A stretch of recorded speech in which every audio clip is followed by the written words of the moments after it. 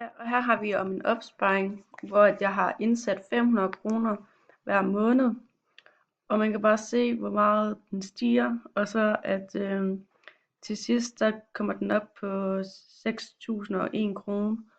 Og måden, at jeg får det til at hænge sådan 100% sammen ved, er, at jeg bare har skrevet plusset dem. Så det er det. Og så har vi opgave 2, hvor vi skal have et lån, hvor at jeg har procenten som 4. Og for at finde ud af, hvad halvdelen af 4 er, så gør jeg det, at jeg har ganget,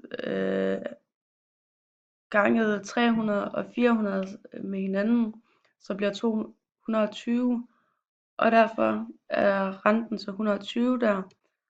Og så har jeg så gjort det, at jeg har taget 300 med 25, fordi at så har jeg jo så gjort det, hvor jeg så har, hvordan jeg har fundet ud af til det her, hvor det så er 300. Og så har jeg bare gjort det hele vejen ned. Og så den her, der er der så 4, det var så 4%, og for at få 4% til at blive, som det ikke er den, at når man trykker alle sammen hele vejen ned, så har jeg sat dollartegn imellem bogstavet, fordi, eller på hver sin side af bogstavet, fordi at så er det låst. Og så har jeg så fundet ud af, at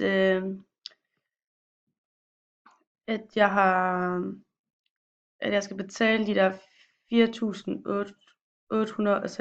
kroner, og det skal så siges, at jeg betaler 1.836 mere for lånet, end jeg har lånt.